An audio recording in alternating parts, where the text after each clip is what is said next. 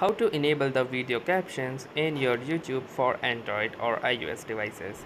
So hey guys, if you're struggling with enabling the captions of any video for your Android or iOS devices, then all you need to do is simply follow these easy steps. So first let's open up our YouTube application with a video.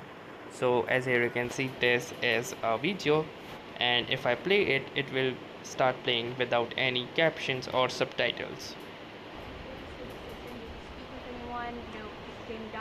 So now if this video has inbuilt captions, so to enable them, what I'm gonna do is simply click over the interface, and then I have this CC button at the top just besides the setting gear icon. So simply click onto this CC button, and here you can see that the subtitles have been successfully enabled in English. So if I play it now, you can see that the subtitles will also come along as the video progresses. So that's how easy it is to enable the subtitles. Now if you also want to disable the subtitles, simply click onto the CC button again, and here you can see that the subtitles has been disappeared. And to enable them again, simply click onto the CC button again, and they will appear as before. So that's all for this video.